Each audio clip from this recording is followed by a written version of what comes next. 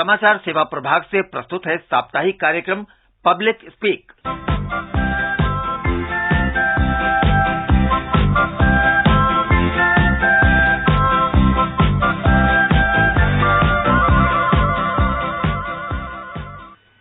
नमस्कार। Public speak के साथ मैं हूं चंद्रिका जोशी। वर्तमान समय सूचना, संचार और तकनीक का है और ऐसे में मीडिया के अपने आप बहुत से दायित्व बन जाते हैं। और अभी हाल ही में हमने महिला दिवस भी मनाया, तो हमारे सामने एक सवाल आया कि मीडिया और महिलाओं के समन्वय को कैसे देखा जाए। तो हमने आज का जो विषय चुना वो रखा महिलाओं की सुरक्षा और सम्मान सुनिश्चित करने में मीडिया की भूमिका, यानी role of media in ensuring safety and dignity of women. Media इतना सशक्त माध्यम है कि दुनिया में पल पल की खबरें पलक झपकते आप तक पहुंच जाती हैं। मीडिया का संयम ऐसे में कई मायनों पर, कई आयामों पर बेहद आवश्यक होता है, विशेष रूप से महिलाओं की निजता और उनके सम्मान से जुड़ी खबरों पर। पहले मैं की तेजी में कहीं इस मर्यादा का उल्लंघन तो नहीं हो रहा है, या फिर जिसे हम खबर बनाकर दे रहे हैं उसमें फालतू या कहें कि बिना जांची टिप्पणियां तो नहीं हैं। आपके दिमाग में भी ऐसे बहुत से सवाल होंगे। आप हमारे साथ इन सवालों को साझा कीजिए। आपके सवालों का जवाब देने के लिए इस समय हमारे साथ स्टूडियो में उपस्थित हैं वरिष्ठ पत्रकार तथा महिला मामलों की मीडिया विशेषज्ञ अदिति टंडन और लेडी श्रीराम कॉलेज की सहायक प्रोफेसर वर्तिका नंदा। आप दोनों मेहमानों का स्वागत है आकाशवाणी के स्टूडियो में। आपका बहुत बहुत धन्यवाद। धन्यवाद। श्रोताओं, फोन लाइन्स खुली हैं और हमें आपके कॉल्स का इंतजार है। नंबर है 23314444। दिल्ली से बाहर के श्रोता इस नंबर से पहले दिल्ली का एसटीडी कोड 011 अवश्य डायल करें। आप हमारे Twitter handle @AIR news alerts पर भी #AskAIR के जरिए अपने सवाल पोस्ट कर सकते हैं। ये कार्यक्रम दूरदर्शन की DTH सेवा पर भी उपलब्ध है। तो सबसे पहले श्रोता हमारे साथ जुड़ चुके हैं, किसले हैं दिल्ली से। हेलो। स्वागत है किसले, बोलिए। जी सभी को नमस्ते। नमस्ते जी। मेरा दो तरह का सवाल है। पहला ये कि जो मीडिया की नकारात्मक प्रवृत्ति हो गई है, जो अपनी ब्रेकिंग न्यूज बनाने के लिए वो खबरों को दिखाते हैं, लेकिन आज जो महिलाओं का योगदान है उनको वो नहीं दिखाते हैं जिस तरह से, तो क्या इसको नहीं बदलना चाहिए? एंड दूसरा सवाल मेरा ये है कि जो एड आजकल दिखाए जाते हैं, चाहे वो प्रिंट मीडिया हो या इलेक्ट्रॉनिक मीडिया, तो उसमें जो महिलाओं को वस्तु बना के जैसे डीओ का एड हो या वगैरह वगैरह एड हो, इस चीज को वो दिखाने से मना नहीं कर सकते क्या अपने चैनल पे या अपने अखबार में? जी, आपके दोनों सवाल हम विशेषज्ञों से पूछते हैं। वर्तिका जी। देखिए, आपके दोनों सवाल बड़े वाजिब हैं और मैं समझ सकती हूँ कि आपने बहुत चिंता के साथ इन सवालों को पूछा है। जर्नलिज्म एजेंट ऑफ चेंज है और पूरी तरह से ट्रस्ट बेस्ड प्रोफेशन है जर्नलिज्म, और विश्वास भरोसा अगर कायम ना रहे तो पत्रकारिता के जो अर्थ हैं वो टूट जाते हैं। आपका सवाल ये है कि नेगेटिविटी क्यों दिखाई जाती है। इसके कई जवाब हो सकते हैं। इससे ये नहीं कहा जा सकता कि क्या सही है और क्या पूरी तरह से गलत है। मिली जुली चीजें हमें टेलीविजन पर दिखाई देती हैं और हमें ये भी मानना चाहिए और समझना चाहिए कि 3 तरह का मीडिया हिंदुस्तान में है, सब जगह है in fact. Public service broadcaster, private media, community media. Public service broadcaster यानी दूरदर्शन या आकाशवाणी, प्राइवेट मीडिया जिसमें कि हम निजी मीडिया को देखते हैं और जिसकी शुरुआत 90 के दशक से भारत में बहुत सक्रियता के साथ हुई, और कम्युनिटी मीडिया जो कि सामुदायिक मीडिया है और एक छोटे लेवल पर, लोकल लेवल पर चलता है। इन तीनों तरह के मीडिया की अपनी अपनी विशेषताएं भी हैं, अपनी कमियां भी हैं और अपनी स्ट्रेंथ्स भी हैं। अगर आप आकाशवाणी या पब्लिक सर्विस ब्रॉडकास्टर के तौर पर दूरदर्शन को देखें, आपको वहां के कार्यक्रमों की परिपाटी अलग तरह की दिखाई देगी, या ये भी कहा जा सकता है कि वो पॉलिसी पर सोचता हुआ कार्यक्रम करता हुआ दिखाई देता है। प्राइवेट मीडिया तेजी से भागता है, काफी स्मार्ट है, वो तकनीक के लिहाज पर आगे बढ़ने का प्रयास करता है, लेकिन इस प्रयास में कई बार ऐसी खबरें भी आ जाती हैं जिन्हें वो ये कहकर जस्टिफाई करने की कोशिश करता है कि बाजार में ये बिकता है इसलिए हम इसे दिखा रहे हैं। उसका पैमाना ये है कि जब हम टीआरपी की बात करते हैं, जिसके आधार पर कार्यक्रम की लोकप्रियता तय की जाती है, वहां पर दर्शक को भी एक जरूरी भूमिका निभानी चाहिए। अगर एक दर्शक के तौर पर आपको ये महसूस होता है कि ये कार्यक्रम पूरी तरह से नेगेटिव हैं या समाज के खिलाफ जा रहे हैं, तो अपनी उस आवाज को प्राइवेट मीडिया तक जरूर पहुंचाना चाहिए। आपने देखा होगा कि पिछले कई दिनों से, कई महीनों से लगातार निजी चैनलों के नीचे एक पट्टी लिखी रहती है जिसमें लिखा होता है कि अगर किसी कार्यक्रम विशेष को लेकर आपको शिकायत है या आपकी कोई टिप्पणी है तो इस पते पर आप लिख सकते हैं। दर्शक को उसका इस्तेमाल करना चाहिए। दूसरा सवाल है विज्ञापनों को लेकर। बिल्कुल गाइडलाइंस बहुत क्लियर हैं कि कोई ऐसा विज्ञापन जो कि अश्लील है, वल्गर है या फिर हिंदुस्तान की एकता या प्रभुता पर किसी भी तरह की आंच लाता है, उसका किसी भी तरह प्रसारण नहीं होना चाहिए और इन पर भी एक्शन लिया जाता है। लेकिन जरूरी बात यह है कि अगर एक दर्शक के तौर पर आपको महसूस होता है कि ये चीजें जो दिखाई जा रही हैं वो शायद कहीं आहत कर रही हैं, तो सरकार तो अपनी तरफ से कोशिश करती ही है, एक दर्शक को भी ये जानना चाहिए कि उसकी ताकत भी कम नहीं है। जी, यानी किसले जी, जागरूकता दर्शक की होनी बहुत जरूरी है एक जिम्मेदार नागरिक की तरह से। दिल्ली से हमारे अगले श्रोता हैं संजीव। हेलो संजीव। नमस्ते मैम, मैं शशि गार्डन संजीव बोल रहा था। हाँ बोलिए। जी मैम, जहाँ तक ये मीडिया के संदर्भ में, इसमें आकाशवाणी का तो फिर भी एक काफी गरिमापूर्ण रवैया रहता है महिलाओं के प्रति, पर दूरदर्शन पे और विशेष तौर पर जो निजी समाचार निजी चैनल होते हैं उनमें काफी अशोभनीय चित्रण होता है, तो उसके बारे में क्या सेंसरशिप कर थोड़ा हार्ड नहीं होनी चाहिए? कानून इस बारे में क्या कहता है अदिति जी? आपका सवाल बहुत अच्छा है और इससे ये पता चलता है कि आप लोग जो दृश्य देखते हैं टेलीविजन पर, स्पेशली औरतों की भूमिका जिस तरीके से दिखाई जा रही है, मैं आपसे एक लेवल तक सहमत हूं कि बहुत से प्राइवेट चैनल्स में आजकल एक लेवल की होड़ लगी हुई है कि आप न्यूज को किस तरीके से दर्शक तक पहुंचाएं।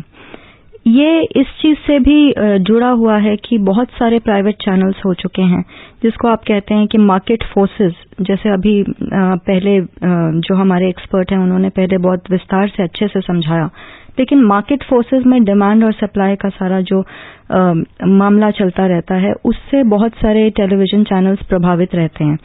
लेकिन उसमें मैं मानती हूं कि मैं खुद एक जर्नलिस्ट हूं और मैं जानती हूं कि सेंसिटिविटीज जिसको कहते हैं कि औरतों से रिलेटेड जो क्राइम्स हैं उनको रिपोर्ट करने के लिए किस लेवल की डेप्थ एक जर्नलिस्ट में होनी चाहिए, वो एक एडिटोरियल पॉलिसी का हिस्सा बनना भी बहुत जरूरी है।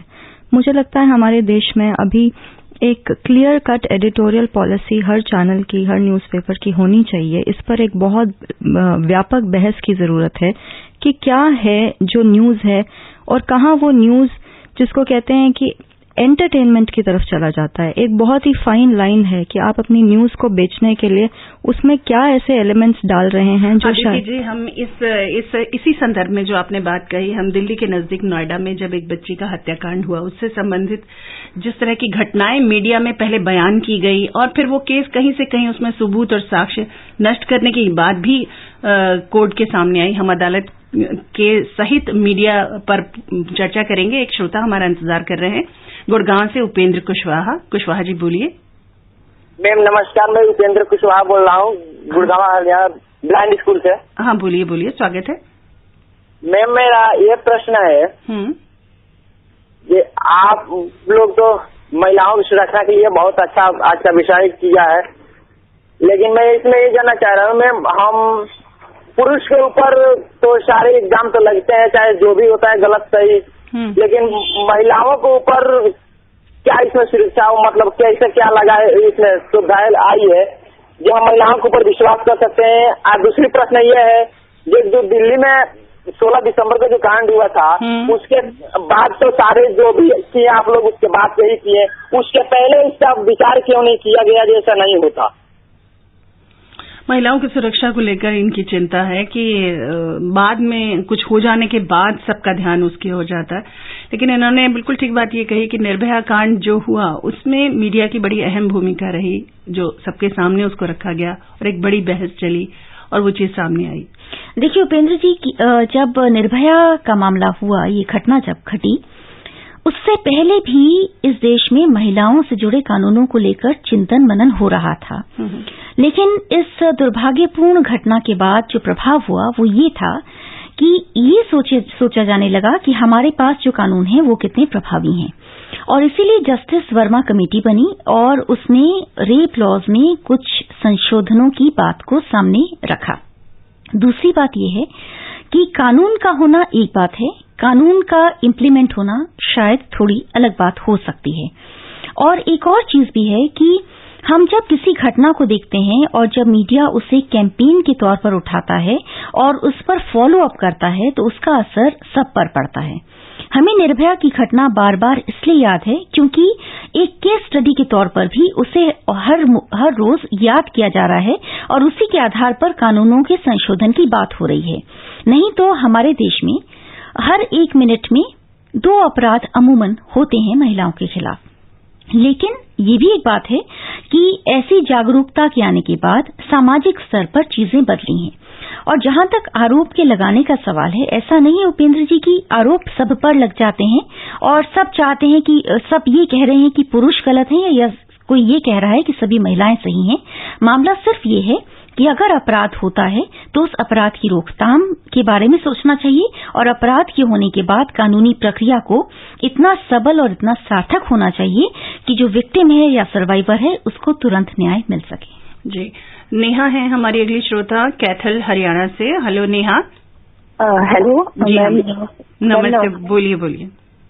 मैम मेरा सवाल है कि जैसे हमारा कानून बना हुआ है कि जैसे निरोध अधिनियम 1986 अभद्र चित्रण अधिनियम, जिसके अंतर्गत ये प्रावधान है कि अगर किसी भी महिला की किसी भी प्रकार से अभद्र फोटो दिखाई जाती है या विज्ञापन दिया जाता है तो उसके ऊपर हम पुलिस में शिकायत कर सकते हैं।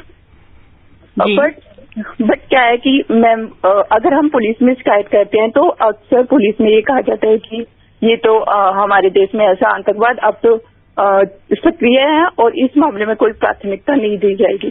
तो मैं इसके ऊपर मैं जानना चाहती हूँ कि मैम क्या करना चाहिए कि ऐसे अभद्र जो चित्र दिखाए जाते हैं उनको कैसे बंद किया जाए। नेहा, आप क्या करती हैं? मैम मैं IAS की तैयारी कर रही हूँ। अच्छा, शुभकामनाएं। और सवाल अच्छा पूछा। आदित्य जी आपने ऑब्सेनिटी, एंटी ऑब्सेनिटी लॉ का जिक्र किया और आपने बिल्कुल सही कहा कि 296 सेक्शन IPC के तहत और जो भी अभद्र चित्र दिखाए जाते हैं महिलाओं के, उसके खिलाफ आप बाकायदा पुलिस में जा सकते हैं। लेकिन आपको मैं ये भी बता दूं कि ये जो रेप लॉज है, जो सेक्सुअल असॉल्ट के खिलाफ हमारे देश ने पिछले साल एक बहुत ही व्यापक कानून में बदलाव किया है, उसके तहत वॉयरिज्म जिसको कहते हैं, जो एक बहुत बड़ा एक कैटेगरी बन गया है महिलाओं का चित्रण, और वो एक बहुत बड़ी डेफिनेशन है, वो अब कानून के तहत एक बहुत बड़ा अपराध माना गया है और उसमें 5 साल की सजा का प्रावधान है। और कानून में ये भी प्रोविजन है, जैसे आपने कहा आप पुलिस में जाती हैं तो आपका सवाल नहीं लिया जाता, आपका केस दर्ज नहीं किया जाता, आप बाकायदा पुलिस के खिलाफ कानून के पास जा सकती हैं, क्योंकि इस नए कानून में जिसका जिक्र अभी पहले हुआ है उसमें ये प्रावधान भी है कि अगर कोई भी पुलिस वाला FIR दर्ज करने से इस सेक्शन के तहत मना कर दे तो उस पुलिस वाले को भी 1 साल के लिए जेल का प्रावधान है और न सिर्फ ये फाइन भी है। महिला आयोग इनकी सहायता कर सकता है? बिल्कुल, महिला आयोग के पास जा सकते हैं आप। इनफैक्ट सुओ मोटो केस भी दायर कर सकते हैं, आपको पुलिस में जाने की जरूरत नहीं है। आप सब डिविजनल मैजिस्ट्रेट के पास जाके एक केस अपने आप के तौर पे पिटिशनर बन के भी दायर कर सकते हैं, कोर्ट आपको वो इजाजत भी देता है। हमारे अगले श्रोता हैं संतोष पटनायक, ओडिशा से, बहुत दूर से इंतजार कर रहे हैं। हेलो संतोष जी, स्वागत है कार्यक्रम में, बोलिए। हाँ मैडम इवनिंग। गुड इवनिंग, बोलिए।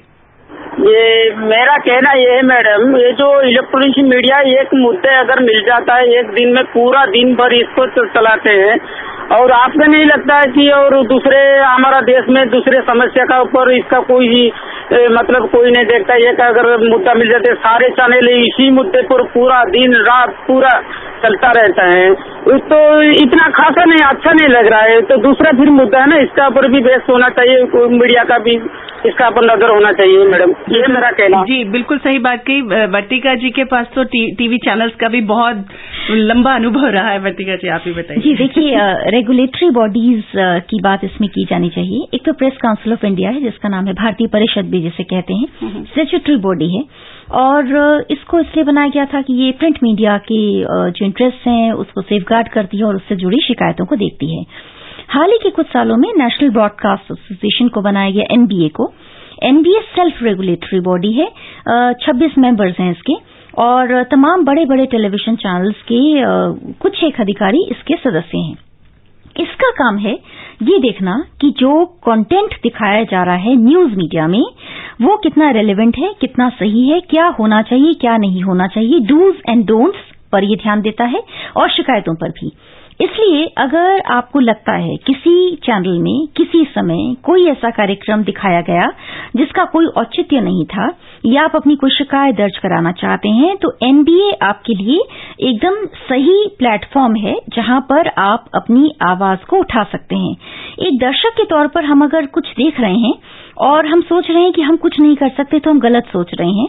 अब ये सेल्फ रेगुलेटरी बॉडीज चाह रही हैं कि जनता सामने आए और जनता अपने पक्ष को रखे ताकि उसके हिसाब से कार्यक्रमों की रूपरेखा तय हो सके। तो इसलिए ये लाइलाज बीमारी नहीं है, इसका पूरा इलाज है। जी, अगले श्रोता हैं साधु सिंह।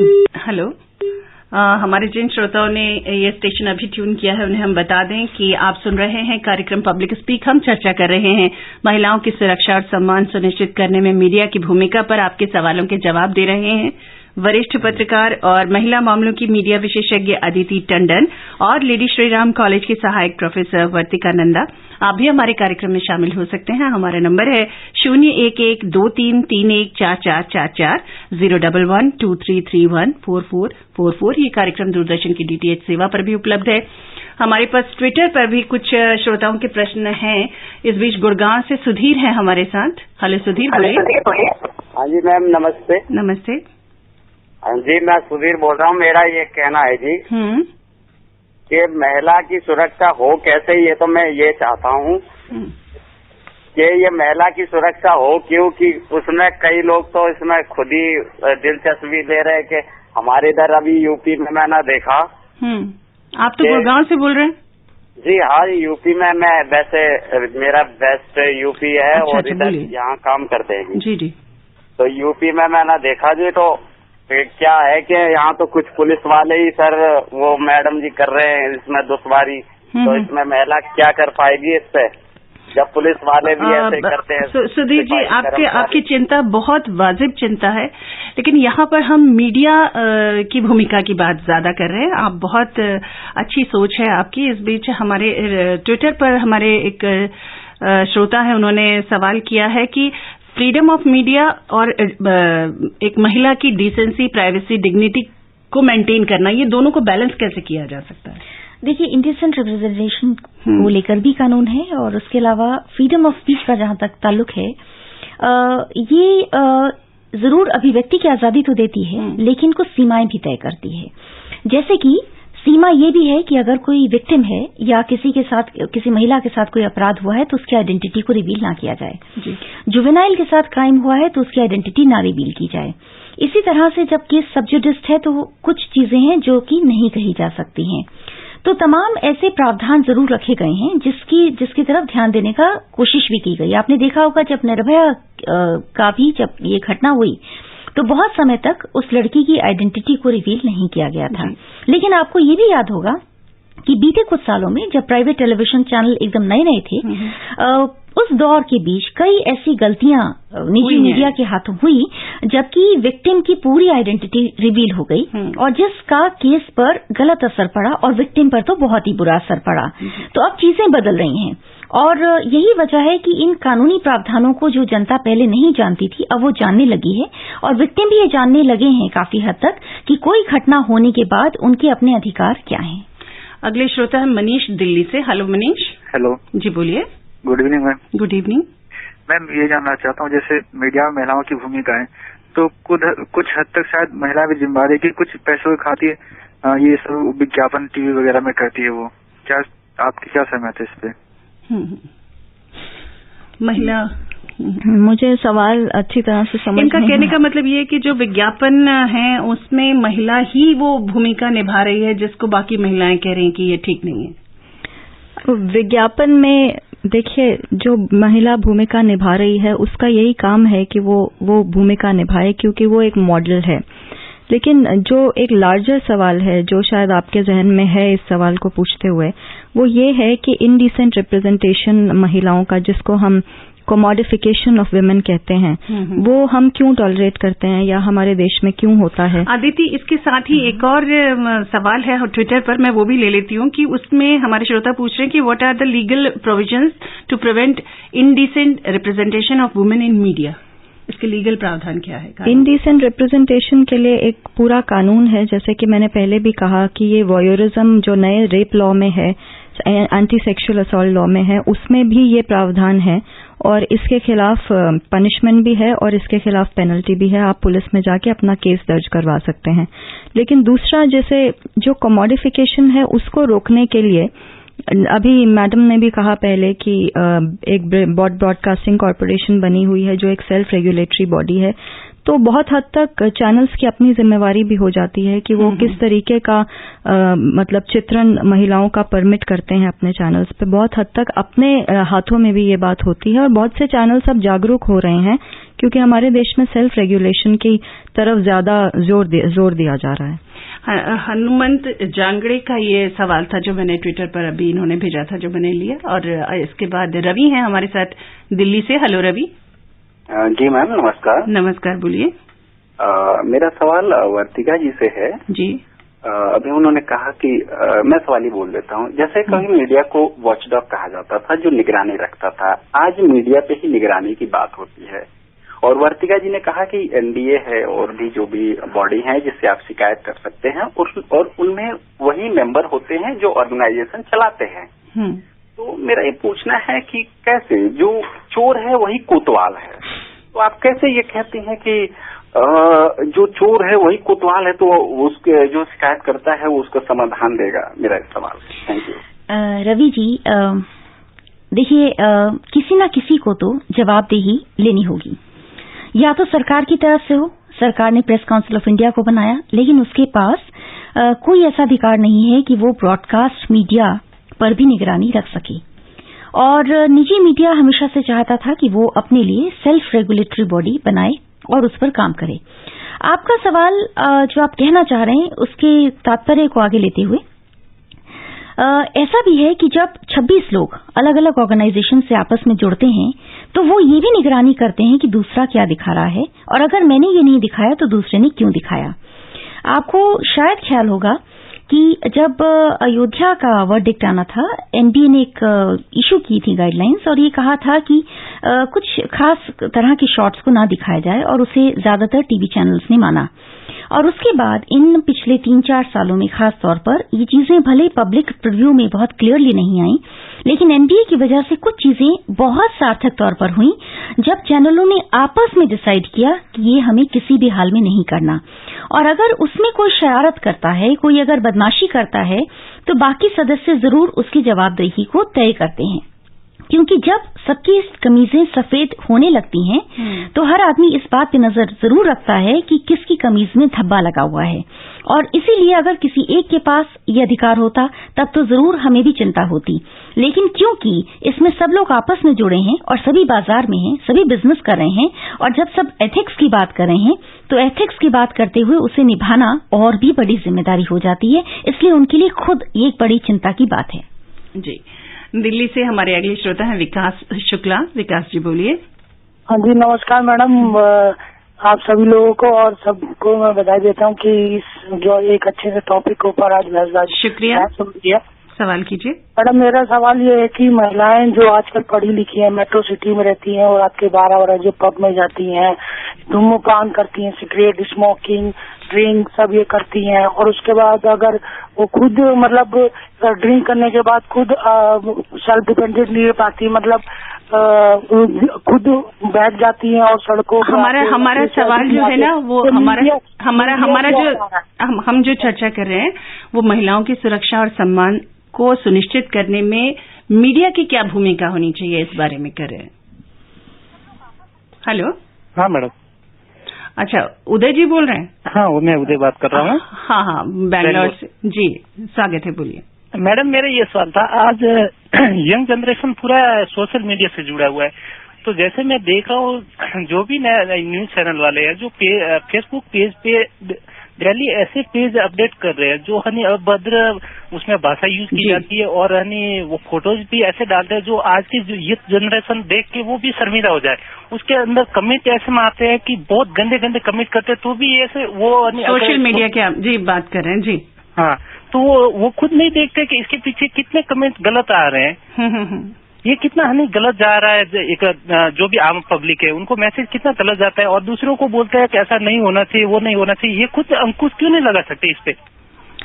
उदय जी, बहुत अच्छा सवाल है आपका। इनफैक्ट ये जो सोशल मीडिया की मशरूमिंग हुई है और इसकी वजह से जो इम्पैक्ट यंगर जनरेशन पे पड़ रहा है, क्योंकि हम सब जानते हैं कि यूथ ज्यादा एडिक्टेड है सोशल मीडिया के लिए, लेकिन आप शायद जानते होंगे कि हमारे देश में सोशल मीडिया को भी पर भी अंकुश लगाने के लिए एक कानून है जिसका नाम है इंफॉर्मेशन टेक्नोलॉजी एक्ट।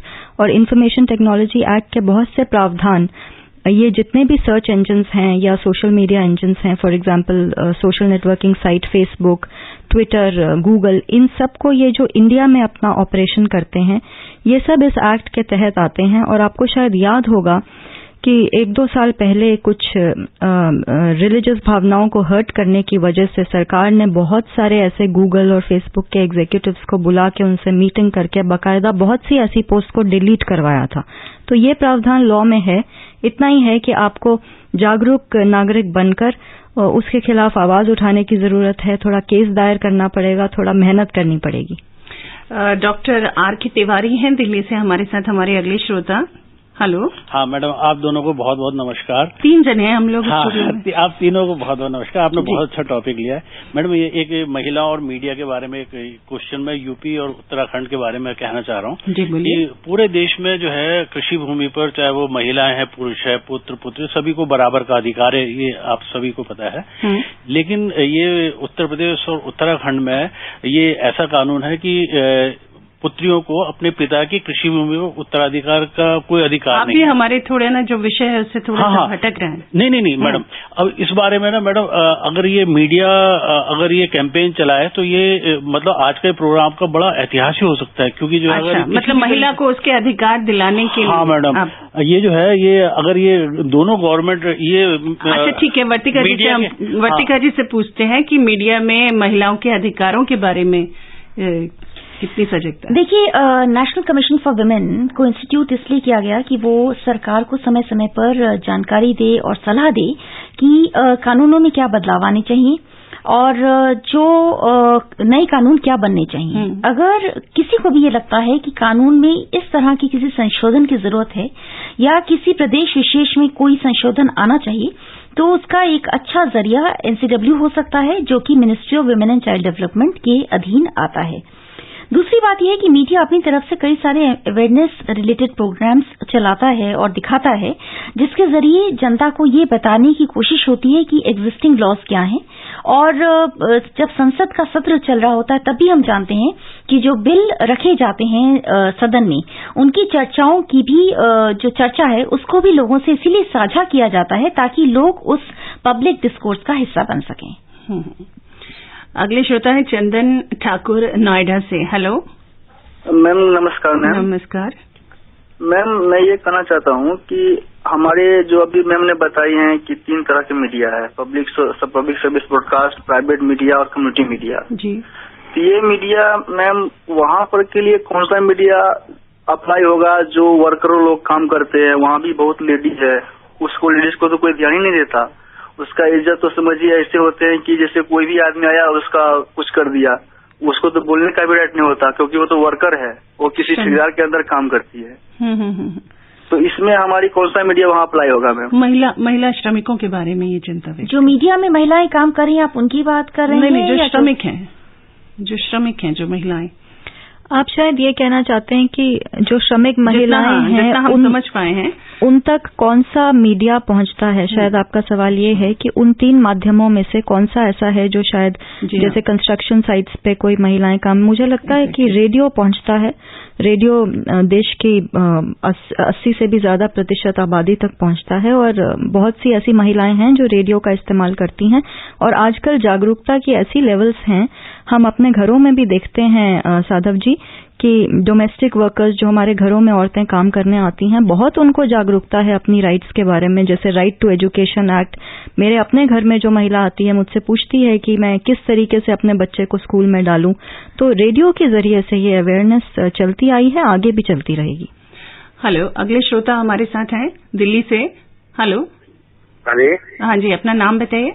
मैं साधव सिंह बोल रहा हूँ। साधव सिंह जी, बोलिए बोलिए। मैडम जी, मीडिया की तो अहम भूमिका है, ये तो मानते हैं, किंतु कुछ ऐसे मामले में मीडिया जो है अपने स्टाफ का भी पक्षपात भी कर लेता है मैडम जी। क्योंकि मैंने ऐसे बहुत सारे ऐसे देखा है कि जो चीज निकालना चाहिए पत्रकारों को, पत्रकार कुछ ऐसे निकालते नहीं है। स्टाफ को इसके लिए क्या करना चाहिए? जी, स्टाफ का हम आपका सवाल समझ नहीं सके, थोड़ा सा विस्तार से बताइए। मैडम जी, ऐसा है कि कांडवा अभी उन्नाव में वहाँ बहुत सारे पत्रकार थे, लेकिन जो हम निकलाना चाह रहे थे वो निकाला नहीं पत्रकारों ने, क्योंकि वो खुद ही पत्रकार था जिसने ऐसा काम किया था। कुछ एक आध केस अगर कुछ है तो उसके बारे में तो जानकारी नहीं है, हमारे विशेषज्ञों को भी ये जानकारी नहीं है, क्योंकि आप खुले तौर पर आपने कुछ बताया नहीं है। इस बीच ट्विटर पर हमारे एक श्रोता हैं एस शर्मा, उनका ये कहना है कि मीडिया को महिलाओं की बेचारगी दिखाने से ज्यादा उनके अधिकार और उनको मिली संवैधानिक सुरक्षा से अवगत कराया जाना चाहिए, क्योंकि हम मीडिया को लोकतंत्र का चौथा स्तंभ मानते हैं। तो ऐसे में मीडिया की जिम्मेदारी और ज्यादा बढ़ जाती है। मैं आप दोनों से इस सवाल के बारे में पूछूंगी, क्योंकि सवाल अच्छा है कि ये तो खुद एक जिम्मेदारी का एहसास होना चाहिए। ये बहुत जरूरी सवाल है। असल में सरकारी स्तर पर कई ऐसी कैंपेन जनरेट हुई, और अगर आप देखेंगे जाकर ministry of women and child development की साइट पर, तो आप देखेंगे कि कई सारे नए प्रावधान उन्होंने अपनी तरफ से शुरू किए और उसको लेकर कैंपेन्स जनरेट की जाती हैं। हर मंत्रालय करता है, ये मंत्रालय भी करता है, और वो जब दी जाती है मीडिया को और उनका प्रसारण होता है तो लोगों तक उसकी जानकारी पहुंचती है। जैसे इन दिनों बेटी बचाओ बेटी पढ़ाओ की बात हो रही है, लाडली स्कीम्स के बारे में इससे पहले बात होती रही, महिलाओं से जुड़े हुए बहुत सारे जो उनके लिए सेल्फ हेल्प ग्रुप्स को लेकर काम हुआ है। लोकसभा टेलीविजन उसे कई बार दिखाता रहा, राज्यसभा टीवी ने दिखाया, आकाशवाणी, दूरदर्शन, इन सब के जरिए जरूर महिलाओं के अधिकारों और उन्हें लेकर जो नई योजनाएं आ रही हैं उन पर परिचर्चा जरूर चली है। साथ ही में कई बार कुछ ऐसे फोन नंबर्स और ईमेल एड्रेसेस भी जनता के साथ साझे किए जाते हैं ताकि अगर वो जानकारी लेना चाहें तो ले सकें। याद होगा आपको जब मनरेगा की शुरुआत हुई उस समय भी सरकारी स्तर पर इस तरह की कैंपेन्स को जनरेट किया गया। बल्कि कई बार सुझाव भी मांगे जाते हैं। हम खुद ये समाचार देते हैं कि अगर आप सुझाव देना चाहते हैं तो इस नंबर पर दे सकते हैं। इस बीच अदिति जी, मैं आपसे वही बात पूछूंगी, लेकिन गुड़गांव से हमारे एक श्रोता हैं बलराम, पहले इनका सवाल लेते हैं। बलराम जी बोलिए। Good evening ma'am. Good evening ma'am. मैं ये जानकारी चाहता हूँ, क्या नाम है, जो इसमें ऑलरेडी जो मीडिया वाले जो बढ़ा चढ़ा के खबरें छापते हैं, तो इनको हम कैसे मतलब रोक सकते हैं? कैसे रोक सकते हैं, वर्तिका जी ने बताया अभी, एक बार फिर बता दीजिए। जी, हमारे पास एनबीए है, नेशनल ब्रॉडकास्ट एसोसिएशन, जो कि एक सेल्फ रेगुलेटरी बॉडी है और 26 मेंबर्स हैं इसके, सेल्फ फंडेड ये एसोसिएशन है। और इसका काम है कि जो प्राइवेट टेलीविजन न्यूज चैनल्स हैं उसमें अगर कोई भी किसी भी तरह का ऐसा कंटेंट जनरेट किया गया है, दिखाया गया है, डिसेमिनेशन हुआ है जो कि पब्लिक इंटरेस्ट में नहीं है या किसी भी तरह के अधिकारों का हनन करता है, तो आप अपनी बात को वहां पर जरूर उठा सकते हैं। अगर आपको ये भी लगता है कि किसी भी तरह से ये मीडिया हाउस, कोई भी मीडिया हाउस या कोई तरह का स्टोरी पब्लिक इंटरेस्ट के खिलाफ था या फिर जिसकी वजह से सद्भाव टूट सकता है या किसी भी तरह की बिखराव की परिस्थिति पैदा हो सकती है या फिर वो डिफेमेटरी है, या किसी भी स्टोरी को लेकर, अगर किसी भी महिला से संबंधित कोई स्टोरी है उसको लेकर, अगर जैसे होता ना कि एक सेल्फ वहां पे ट्रायल शुरू हो जाता है या उस पर ही चर्चा शुरू हो जाती है और वो सब कुछ खुद ही तय कर लेते हैं, इन सब बातों पर भी श्रोता या जो दर्शक है वो अपना सुझाव दे सकते हैं। बिल्कुल, और दर्शकों को खुलकर अपनी बात कहनी चाहिए। अगर आपको लगता है कि कोई स्टोरी असल में बिलो द बेल्ट है, वो वाकई में अशोभनीय है, अनकॉन्स्टिट्यूशनल है, अनपार्लियामेंट्री है या कुछ भी आपको लगता है, तो उसके बारे में जरूर शिकायत करनी चाहिए या सुझाव देना चाहिए। आप बिल्कुल सही कह रही हैं कि ये जो है, और पहले जो सवाल था जिस पे हम बात कर रहे थे, बहुत अच्छा सुझाव उन्होंने दिया कि एक पॉजिटिव इमेजरी को बहुत स्ट्रेस करना चाहिए। मैं जल्दी से रिकॉल करती हूँ कि पॉजिटिव इमेज का इम्पैक्ट क्या होता है। मेरे को याद है बचपन की वो बहुत प्यारी एड, एक तितली अनेक तितलियां, एकता का बहुत प्यारा मैसेज उसमें आज तक हम अपने साथ लेके चल रहे हैं। आप सभी के साथ की गई बातचीत और सवालों में बहुत सी बातें सामने आई। मीडिया इन संदर्भों पर गौर करेगा, ऐसा हमारा मानना है। श्रोताओं का आभार व्यक्त करते हैं जिन्होंने कार्यक्रम में भागीदारी निभाई और फोन किया, और साथ ही एफएम गोल्ड के स्टूडियो में आने के लिए वरिष्ठ पत्रकार तथा महिला मामलों की मीडिया विशेषज्ञ अदिति टंडन और लेडी श्रीराम कॉलेज की सहायक प्रोफेसर वर्तिका नंदा जी, आप दोनों का बहुत बहुत शुक्रिया, धन्यवाद। इसके साथ ही पब्लिक स्पीक का ये अंक यहीं समाप्त होता है। अगले सप्ताह ठीक 9:30 बजे सोमवार की रात फिर मिलेंगे। चंद्रिका जोशी को अब अनुमति दीजिए। नमस्कार।